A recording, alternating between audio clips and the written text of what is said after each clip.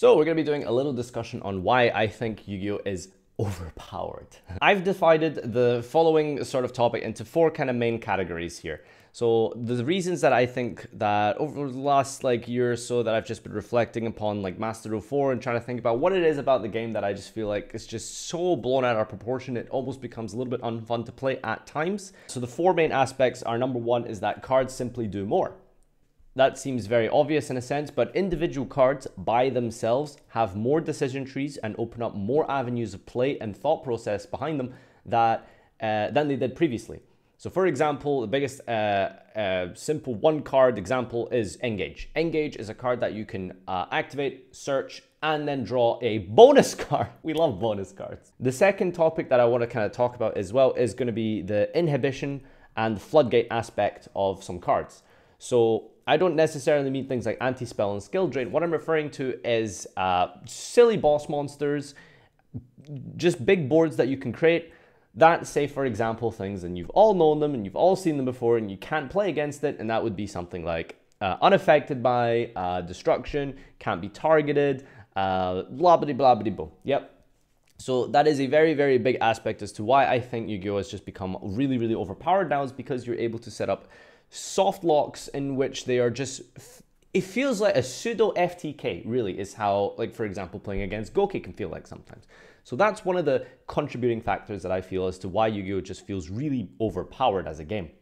The third one, and this is kind of a minor point, but it is still very relevant as well, and it's the price of the game.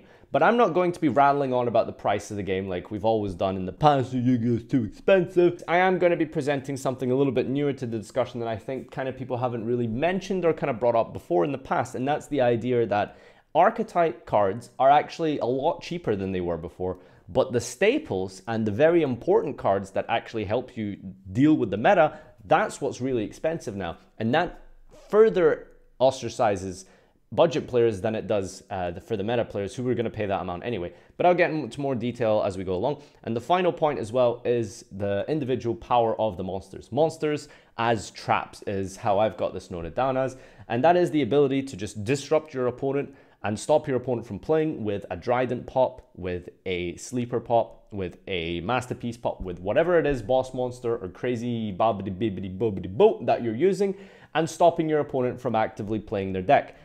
That in itself isn't so much that crazy, but there's many contributing factors and aspects as to why that is really, really broken in 2018.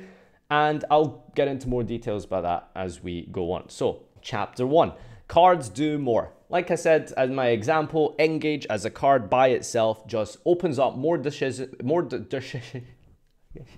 For example, Pot of Greed draws a card, and it's a bonus card as well on top of the draw card, but the bonus card is random. The bonus card in Engage is random as well, but you get the initial search. You see what I mean? So just automatically, as a power creep method, you're doing more with your cards. The best example that I can give you for this is the Nightmares. And I'm going to be talking a lot about Nightmares in this video. There's going to be a lot of discussion on Nightmares. Nightmares, I think, are the biggest offenders and the biggest sort of example. And all of the points that I'm going to raise in this video fulminate in some of the Nightmare boss monsters. Nightmares are very, very powerful cards because of multiple aspects. Number one, I believe, is the ease of access that you can make the Nightmare. Ease of access is another one. The second one is the Spammability, the ability to put multiple Nightmares on the field. Cerberus, Phoenix, Goblin, whatever. And now you've got this U-Link board, etc., etc. So ease of access, Spammability, and the final point is as well is disruption. This is kind of more going to be the second topic, but there is this sort of floodgate and inhibitory mechanism with the Nightmares, and that is the ability to stop your opponent from actually doing anything. For example, can't be targeted, can't be destroyed, can't be bobbity bobbity, right? So that's the Nightmares in a nutshell. You can't do anything once your opponent summons these things. You're just staring down the board, right? Inhibitory floodgates. That's the kind of second topic there. But going back to the first topic, and that is pretty much just summarizing my points, is that cards do more, but cards just have way more text. Look at the text of a Nightmare card. It has 3 different effects. It removes something, it pseudo floodgates you, and it can draw a card if you have a big crazy U-Link board. Why did that have to be 3 effects? Why did this monster have to have 3 effects? On top of that, it's so easy to make, and it's very easy to spam multiple different monsters of these, right? It's so easy to make. So all in all, put all of these aspects together, these not so broken effects, put them all together, and you do have actually really broken cards. And I think that's probably the best example if you take anything away from this video, and that is spammability, ease of access, how generic they are, and the ability to stop your opponent from playing, as well as creating some form of that kind of level of disruption that inhibitory floodgate effect creates. So moving on to the third kind of topic as to why Yu-Gi-Oh is just really powerful, I think, nowadays, and that's the staples and the engine cards. I think are not really cheaper, but they're still expensive, but a lot cheaper than they were back in the day. But the staple sort of generic cards, that's what's really expensive now, and it's really hard for budget players to get into the game.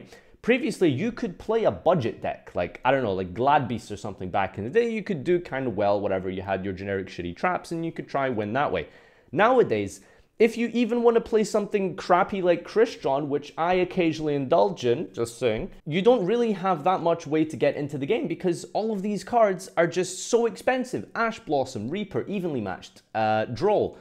Maybe not anymore so much with the reprints, but you can kind of see for the most part of the season, all of these staple cards have been extremely expensive and very hard for budget players to get a hold of because these are just really good cards you'd play in Ghost Tricks, you'd play them in Ice Barrier, you'd play them in Synchron, you'd play them in any sort of random crappy deck, but because the staples are too expensive, you're not going to be able to compete with the meta. The meta cards themselves are pretty expensive, sure, but if we look at, for example, something at the start of the season, like Spyro and even now Goki, the actual main deck archetype cards of Goki and Spyro aren't really that expensive. It's the cards surrounding them, the staples, the generic, amazing, broken cards, that is what's really, really expensive. So now the gap between meta and non-meta gets even bigger than it's ever been before. Finally, the last topic is probably the most important one, that is monsters as traps. Now, I would say hypothetically, in my ideal vision for Yu-Gi-Oh, I would not have monsters do anything on your opponent's turn. I think that being able to pop a card on your opponent's turn, I think being able to negate a card on your opponent's turn with a boss monster, with a extract monster, with a hand trap, I think that is overpowered. I think from a design perspective, that shouldn't exist. I believe that that should be reserved purely towards trap cards or engine trap cards that you can search. I think that it's very silly to have monsters that you can access that actually disrupt your opponent from playing, because now that relegates trap cards to either being very niche scenario side cards or to the point where you just don't play trap cards anymore. And then what that results in is Konami realizing that trap cards aren't very popular in the game anymore, and then they create really broken trap cards like Evenly Matched, which in all intents and purposes isn't a trap card. For like in its practical sense, that card isn't a trap card. It's just this like spell you use like when you go second sometimes in your battle phase. I've never used it as a trap card, as an actual classical vanilla term for trap. That just isn't a trap.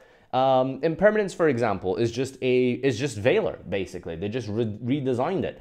And you'll find that, like, for example, Red Reboot is like this, basically this, like, Denko Sekka used to be the scary anti-back row card.